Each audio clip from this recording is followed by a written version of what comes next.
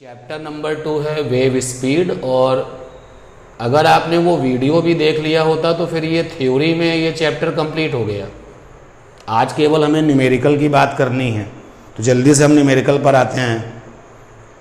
Newton ने कहा कि गैसों में जो मैकेनिकल वेव स्पीड होनी चाहिए, मैकेनिकल वेव स्पीड इन गैसेस, तो न्यूटन ने कहा कि वो ये होनी चाहिए। जो लोग क्लास कर रहे होते हैं लाइव, अगर वो वीडियो देखेंगे तो उनको डबल फ़ायदा होगा, इतना भयानक फ़ायदा होगा कि आप इमेजिन नहीं कर सकते। तो इसलिए ज़रूर टाइम निकाल करके जो है उसको वीडियो को भी देखो, और ओवरऑल आप अपना जो भी डेटा है वो केवल पढ़ाई में यूज़ कर लो, तो कोई दिक्कत ही नहीं होगी। इतना सफिशिएंट जो है अंबानी आपको प्रोवाइड करा रहे हैं कि अगर आप अपना डेटा पढ़ने के लिए यूज़ करो तो जो वीडियो बनते हैं 100 बार देखोगे तो भी नहीं ख़त्म होगा। अब फेसबुक भी चला रहे हो और व्हाट्सएप भी चल रहा है, पढ़ाई भी चल रहा है, तो समस्या है। चलिए, तो न्यूटन ने ये फार्मूला बता दिया था। अब जब ये फार्मूला बता दिया था तो ये किस बेस पर बता दिया था, क्यों ऐसा उन्होंने किया था, ये बात तो हो चुकी थी। बताएं सब लोग।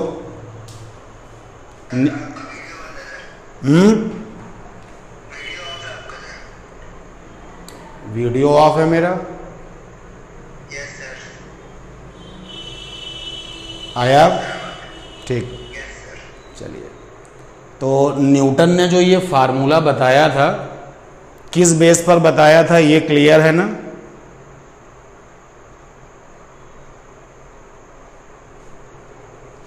हेलो हेलो, न्यूटन ने ये फार्मूला किस बेस पर बताया था?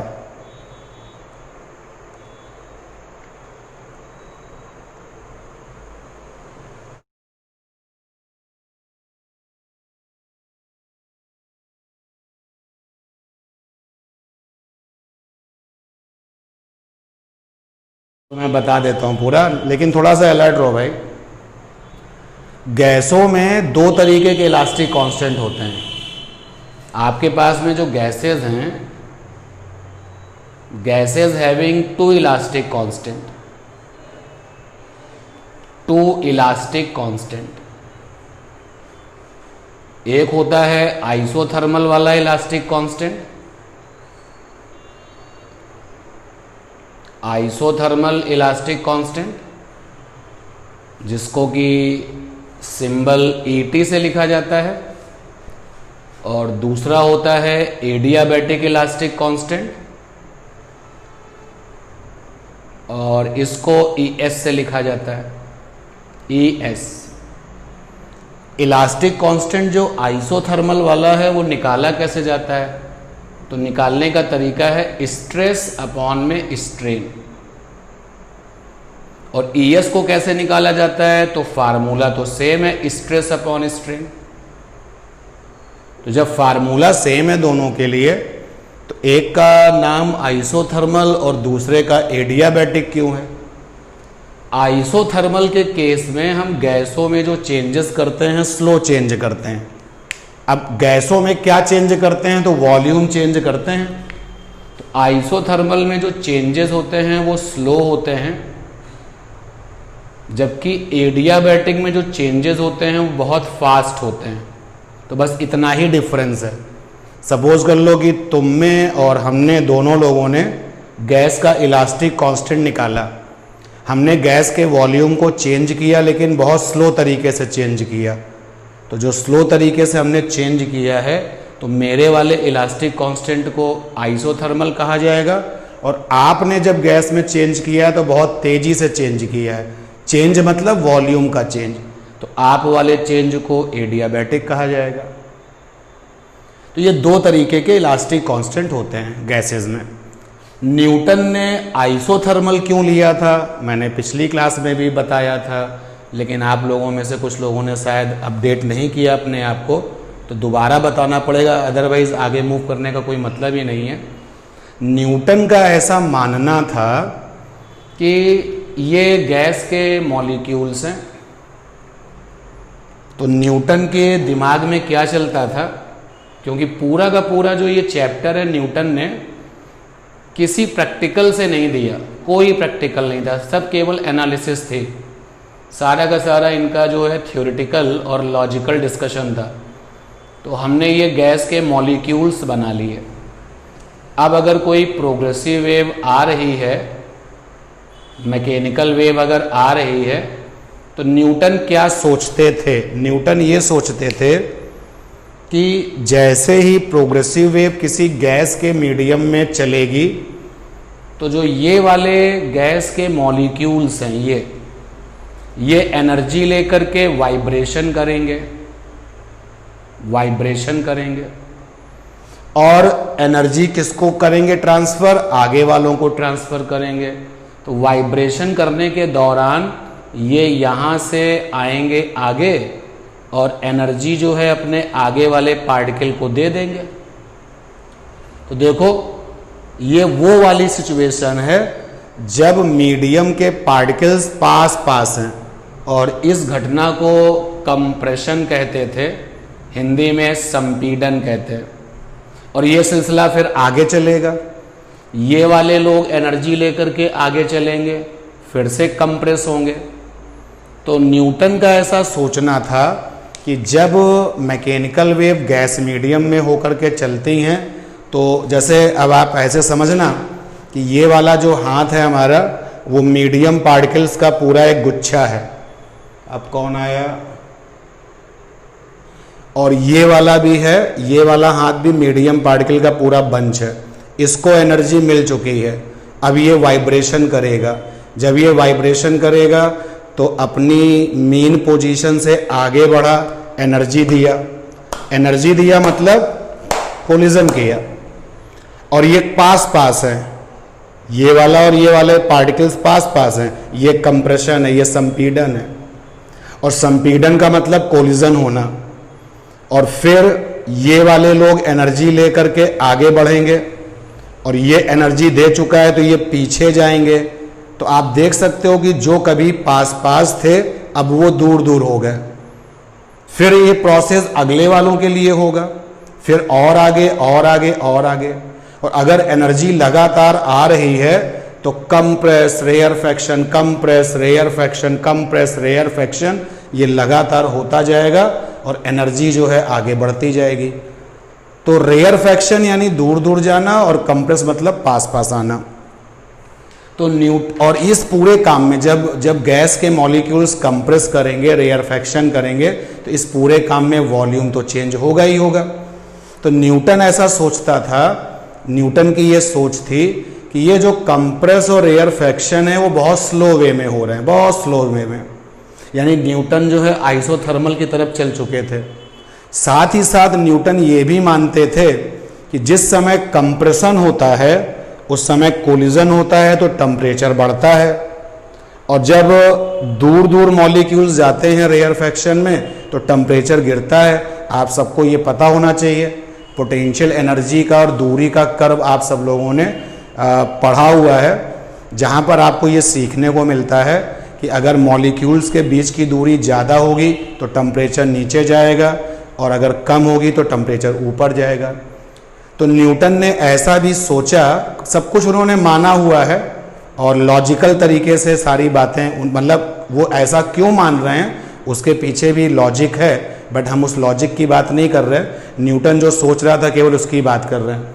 तो पहली बात तो न्यूटन ने ये सोची कि कंप्रेशन और रेयर फ्रैक्शन बहुत धीमे बनते हैं, इसलिए गैसों में जो चेंज है वो बहुत स्लो वे में हो रहा है।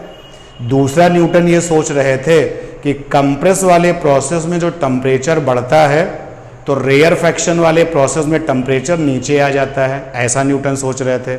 यानी न्यूटन पूरी तरीके से आइसोथर्मल में आ गए थे, और इसीलिए उन्होंने इलास्टिक कांस्टेंट लिया था आइसोथर्मल वाला।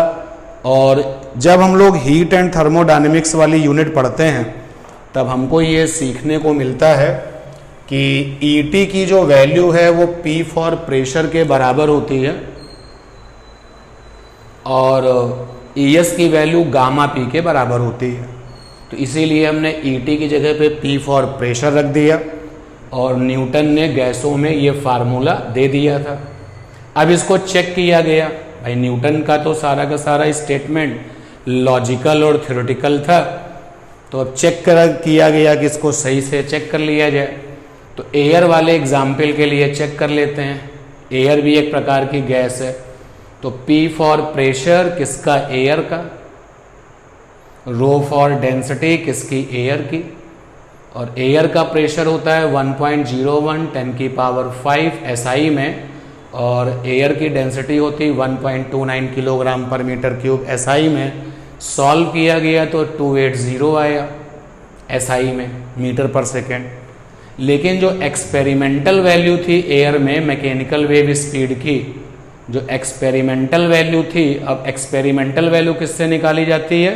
तो बहुत सारे एक्सपेरिमेंट होते हैं। एक तो रेजोनेंस ट्यूब एक्सपेरिमेंट ही होता है, आगे आप इसको पढ़ोगे इसी मैकेनिकल वेव में। एक कुंड ट्यूब एक्सपेरिमेंट होता है।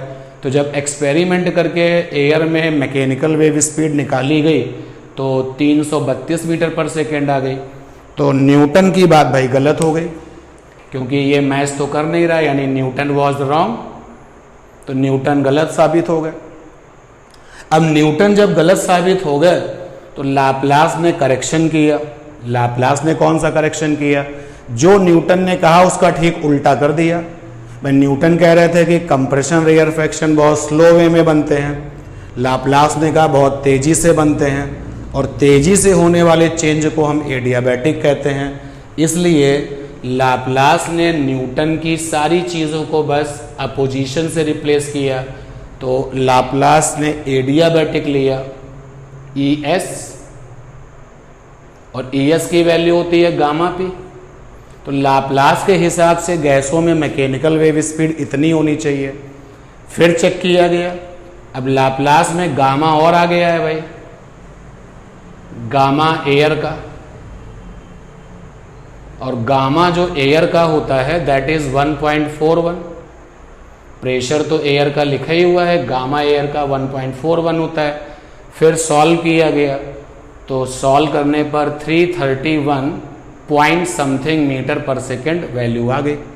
तो लोगों ने पाया कि भाई लाप्लास ने जो आइडिया दिया है उससे जो वैल्यू आ रही है और जो एक्सपेरिमेंट से जो वैल्यू आ रही है वो तो सेम हो गई, नियर अबाउट मैच कर गई। And that is why mechanical wave speed in gases में जो फार्मूला सही पाया गया वो लाप्लास का फार्मूला था।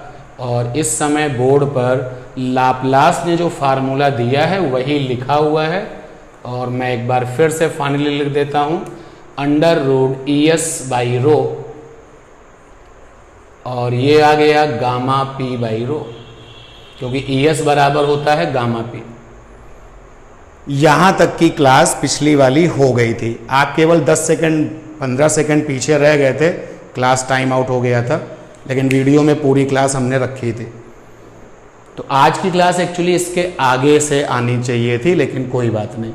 लीजिए, बोर्ड पर फार्मूला लिखा हुआ है कि मैकेनिकल वेव स्पीड को गैसों में कैसे निकाला जाए। तो formula given by the Laplace. अब लाप्लास ने जो फार्मूला दिया है इसी फार्मूले पर हमको ढेर सारे क्वेश्चन करने हैं। जैसे पहला क्वेश्चन ये है कि गिवन गैस है और गिवन गैस का टेम्परेचर बदला जा रहा है, टेम्परेचर चेंजेस। तो पूछा जा रहा है कि इस काम से मैकेनिकल वेव स्पीड की सेहत पर क्या फर्क पड़ेगा। Discuss mechanical wave speed. ये रहा पहला क्वेश्चन कंसेप्चुअल वाली स्टाइल में, क्योंकि कंसेप्चुअल वाली स्टाइल का अगर ये क्वेश्चन हम कर लेंगे तो न्यूमेरिकल अपने आप हो जाएगा। फिर तो लगाना शुरू करिए अपना दिमाग कि अगर कोई गिवन गैस है और उसका टेम्परेचर आप बदल रहे हो तो मैकेनिकल वेव स्पीड पर क्या फर्क पड़ेगा। गिवन गैस है, जैसे सपोज कर लो कि ये हमारे पास में गिवन गैस है और इसका नाम है हाइड्रोजन। ये गिवन गैस है, बर्तन में है, और अगर हम इसमें टेम्परेचर को चेंज करें तो बच्चों आप सबको पता है कि P/ρ एक तो फंडा होता है PV बराबर nRT। सब लोग इस फंडे से अपने आप को जो है रूबरू कर चुके हैं। इसी फंडे से बनता है P/ρ = RT/m। तो इसी इक्वेशन से ये बन जाता है, हम बना के नहीं दिखा रहे। तो गिवन गैस का टेम्परेचर बदला जा रहा है, तो फार्मूला क्या होता है? Wave speed in gas. Keep in mind कि हम मैकेनिकल वेव की बात कर रहे हैं। तो वेव स्पीड इन गैस का फार्मूला है √ES/ρ, और इसका लुक हो गया गामा P/ρ, और आगे जाएंगे तो ये आ जाएगा गामा RT/m, कैपिटल M। अब गिवन गैस में कैपिटल M तो तुम बदल नहीं सकते भाई। अगर ये हाइड्रोजन बर्तन में भरी हुई है और आप इसी का टेम्परेचर बदल रहे हो तो capital M is a molecular mass, वो तो बदल नहीं सकता। तो कैपिटल M कांस्टेंट हो गया। गिवन गैस का गामा तुम नहीं बदल सकते, गामा भी कांस्टेंट हो गया। अगर हाइड्रोजन है तो हाइड्रोजन आपकी डाई एटॉमिक है, दो एटम वाली गैस है, और इसी तरीके से मोनो एटॉमिक, पॉली एटॉमिक, तो उनके गामा आपके फिक्स होते हैं। और कैपिटल R जो है वो गैस कांस्टेंट है, यूनिवर्सल, ये भी नहीं बदल सकते। तो तुम टेम्परेचर बदलने की बात कर रहे हो, तो बाकी के सारे लोग तो कांस्टेंट हो गए। तो यहाँ पर पता चल गया कि wave speed in gas V proportional to √T। Conceptual question का आंसर मिल चुका है। उन्होंने पूछा था कि discuss the mechanical wave speed, तो मैकेनिकल वेव स्पीड बदल जाएगी। हाँ, अगर टेम्परेचर बढ़ाओगे तो बढ़ जाएगी, घटाओगे तो घट जाएगी, क्योंकि ये डायरेक्टली प्रोपोर्शनल आया है इसलिए। तो गिवन गैस में अगर आप टेम्परेचर को बढ़ाते हैं तो वेव स्पीड बढ़ती है, टेम्परेचर को घटाते हैं तो वेव स्पीड कम हो जाती है। तो क्वेश्चन का आंसर मिल चुका है। अब जो ये क्वेश्चन का आंसर मिला है, तो इसको अगर हम लोग रूलिंग के अकॉर्डिंग चलें कि when temperature of given gas changes then mechanical wave speed is directly proportional to the square root of temperature। तो अगर हम इस पूरी की पूरी कंसेप्चुअल बात को रूल बनाएं, कॉन्सेप्ट बनाएं, तो कॉन्सेप्ट बन जाएगा ये कि when given गैस का temperature changes then mechanical wave speed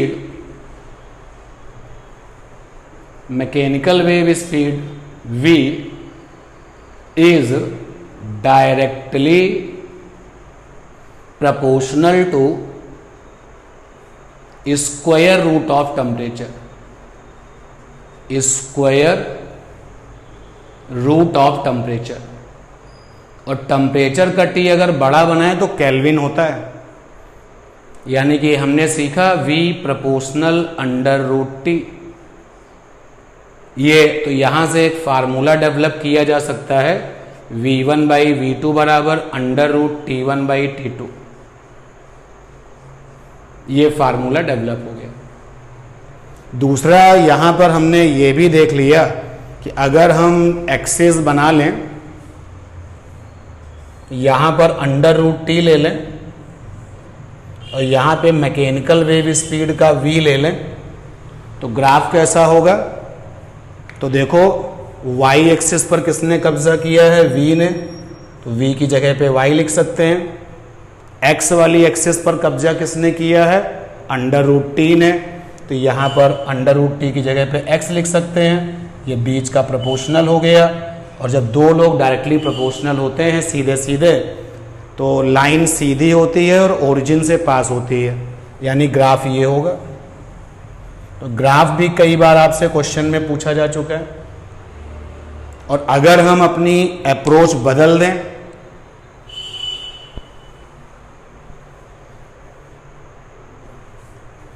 एक बार फिर से ग्राफ पेपर सजाते हैं। यहां पे T फॉर टेम्परेचर लिया गया, यहां पे वेव स्पीड v ली गई। और आपका फंडा कौन सा है? आपका फंडा ये है v proportional under root T. अब की बार y एक्सिस पर कब्जा किसने किया है? v ने। तो v की जगह पे y लिख दिया जाए। प्रोपोर्शनलिटी हटाकर आप चाहो तो k फॉर कांस्टेंट ले आओ या कांस्टेंट लिख दो।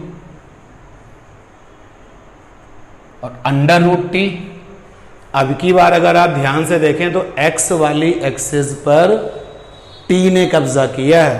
पहले क्या था? रूट टी ने कब्जा किया था। तो पूरे रूट 2 की जगह पर, अंडर रूट टी की जगह पर x लिखा गया था। लेकिन अब की बार x वाली एक्सिस पर केवल t है, तो यानी कि t की जगह पर केवल x लिखा जाएगा। अब दोनों तरफ का अगर स्क्वायर कर लें तो y स्क्वायर बराबर कांस्टेंट x। बच्चों, कांस्टेंट का स्क्वायर तो कांस्टेंट ही होगा। तो आपको जो इक्वेशन मिली है वो तो पैराबोला वाली है। और आप सबको मैंने कई बार बताया है कि अगर किसी इक्वेशन का लुक ऐसा आता है y स्क्वायर बराबर कांस्टेंट x, तो वो ग्राफ जो है पैराबोला होगा, ऐसे बनेगा। और अगर किसी इक्वेशन का लुक ऐसा आता है x स्क्वायर बराबर कांस्टेंट y, तो ग्राफ जो है पैराबोला होगा और ऐसा बनेगा। तो कई बार इस पर बात हुई है, कोई फर्स्ट टाइम नहीं कर रहे। फिलहाल आपको पता चल गया कि v और t का ग्राफ कैसा होगा, पैराबोला होगा, देखने में कैसा होगा, ये होगा, क्योंकि लुक कैसा है, y स्क्वायर बराबर कांस्टेंट x। तो ये लीजिए, हमने ग्राफ बनाया, पैराबोला बना दिया। जब हमने ये पैराबोला बना दिया तो एक्सपर्ट ने जब हमारा ये ग्राफ देखा तो उसने कहा कि ये वाला हिस्सा काट दो। हमने पूछा क्यों? तो आंसर है कि फिजिक्स पढ़ रहे हैं, मैथ नहीं पढ़ रहे हैं। भाई ये जो बातें हैं ये तो मैथ की हैं, और इसी की सहायता से जो हम ये ग्राफ बना के बैठे हैं ये तो फिजिक्स में है। अगर तुम ये नीचे वाला हिस्सा रखोगे तो इससे तो मैसेज ये जाएगा, जैसे देखो हम इस पॉइंट पर हैं, तो इस वाले टेम्परेचर पर वेव स्पीड नेगेटिव है, और आपने नेगेटिव वेव स्पीड कभी नेगेटिव होती ही नहीं है बच्चों। आपने कभी नहीं सुना होगा, कहीं नहीं देखा होगा, कहीं पर लिखा हुआ कि उस वेव की स्पीड नेगेटिव इतना है, कभी नहीं होता। और इसीलिए एक्सपर्ट्स ने इस नीचे वाले हिस्से को काटने के लिए कहा, हटाने के लिए कहा, क्योंकि अगर तुम ये नहीं करोगे तो यानी तुम ये मैसेज देना चाहते हो कि नेगेटिव वेव स्पीड जो है होती है, जो कि बड़ी गलत बात है। और इसलिए आप जब फाइनली क्वेश्चन का सामना कर रहे होंगे तो v और t का जो ग्राफ है कुछ देखने में ऐसा होगा, नीचे वाला हिस्सा होगा ही नहीं। 4 ऑप्शन जो होंगे, तो बहुत सोच समझ करके सही ऑप्शन पिक करना कि mechanical wave speed in gas और टेम्परेचर में ग्राफ कैसा होता है। तो कभी सीधी लाइन है और कभी पैराबोला है, लेकिन इस वाले का नाम है mechanical wave speed versus square root of temperature. इस वाले ग्राफ को बोलेंगे speed versus square root of temperature, इस वाले ग्राफ को बोलेंगे स्पीड वर्सेस टेम्परेचर। तो ये तो ग्राफ के भी क्वेश्चंस आपको बहुत फ्रिक्वेंटली मिल चुके हैं एग्जाम में। अब ये जो फार्मूला मिला है इस पर एक क्वेश्चन कर लेते हैं। तो क्वेश्चन में हम गिवन गैस के टेम्परेचर को बदलेंगे और देखते हैं कि क्वेश्चन किस तरीके से सेट होता है। बड़ा वाला टेम्परेचर अगर कैपिटल T टेम्परेचर के लिए लिखा जाता है फिजिक्स में तो वो हमेशा केल्विन होता है। तो एक न्यूमेरिकल आपके लिए कि in oxygen wave speed is equal to 600 metre पर second at temperature 17 degree Celsius. Find wave speed when temperature is 37 degree Celsius. तो क्वेश्चन को आप सेट कर लो कि एक ही गैस के टेम्परेचर को आप बदल रहे हो, और हम फंडा भी यही पढ़ रहे हैं कि एक ही गैस है, उसके टेम्परेचर को हम बदल रहे हैं। जब एक ही गैस के टेम्परेचर को हम बदल रहे हैं तो स्पीड पर क्या फ़र्क पड़ेगा, तो ये वाला फंडा यहाँ पे फिट हो जाएगा। तो यूज़ कर लो भाई V1/V2 is equal to T1/T2। V1 पहले वेव स्पीड क्या थी, 600 थी। V2 बाद में क्या थी, V' थी। T1 पहले कितना टेम्परेचर था, तो पहले टेम्परेचर तो 17 था, लेकिन टेम्परेचर का T अगर बड़ा है तो ऑलवेज केल्विन, तो 17 में 273 प्लस करना पड़ेगा, तो ये 290 हो जाएगा। T2 बाद वाला टेम्परेचर कितना है, 37 डिग्री सेल्सियस है, केल्विन में जाना पड़ेगा, तो 7 और 3 10 और 7 और 3 10 और 1 11 310, और ये आराम से आपका सॉल्व हो जाएगा। नई वाली वैल्यू निकल आएगी, नई वाली स्पीड निकल आएगी। टाइम आउट का बच्चों मैसेज आ चुका है, तो ये क्वेश्चन आप कर सकते हैं। इसी फार्मूले को जो लिखा हुआ है मैं इसका मेकअप कर देता हूं।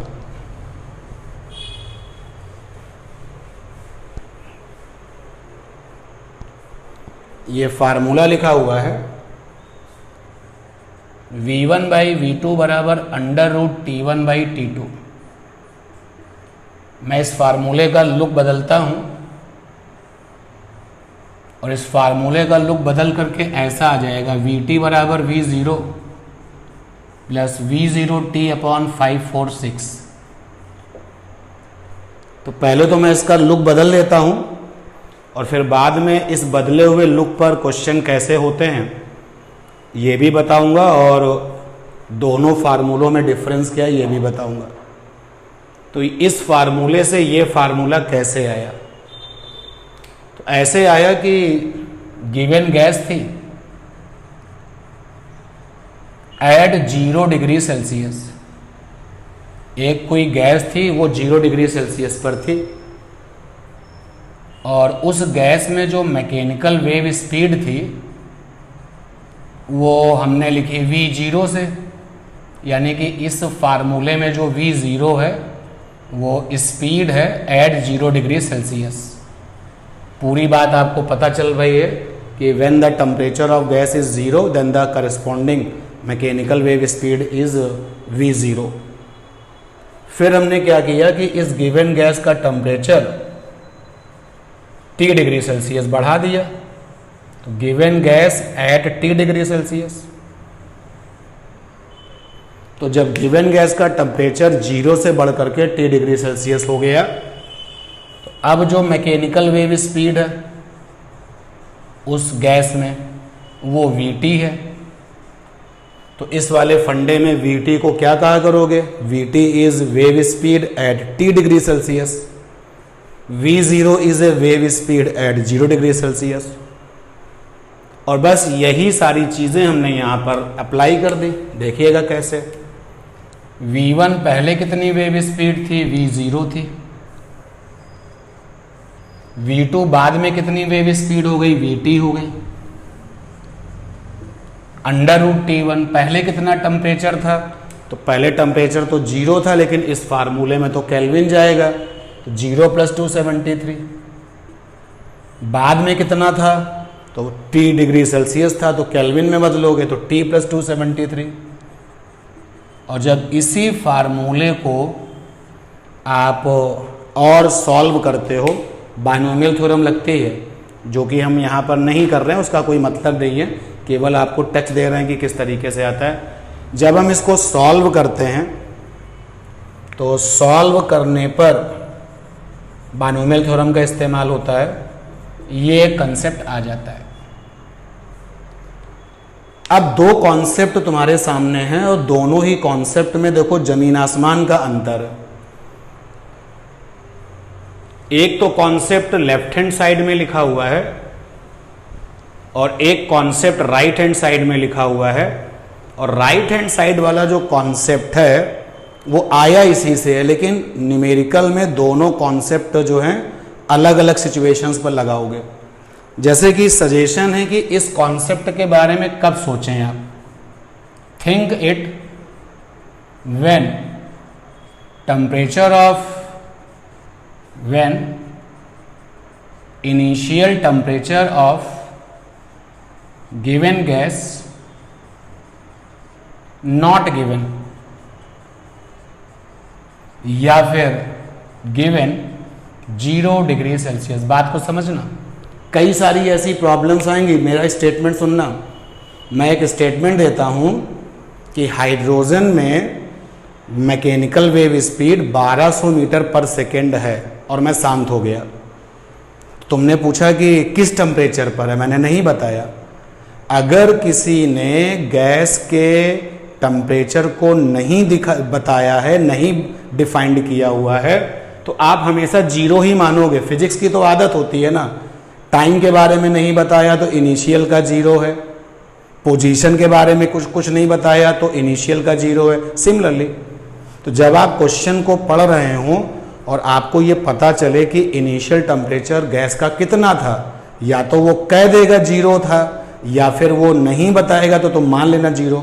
अगर जीरो की हिंट आपको मिलती है, अगर 0 डिग्री सेल्सियस की हिंट आपको मिलती है, तो बच्चों आप इस फंडे से चलना। ये आसान है। क्यों आसान है? क्योंकि ये अंडर रूट लगा हुआ है, तुम्हें परेशान कर डालेगा, स्क्वायर रूट निकालने में बड़ी दिक्कत होगी। और इस वाले सिचुएशन के बारे में कब सोचो, तो think this when initial temperature is not 0 degree Celsius.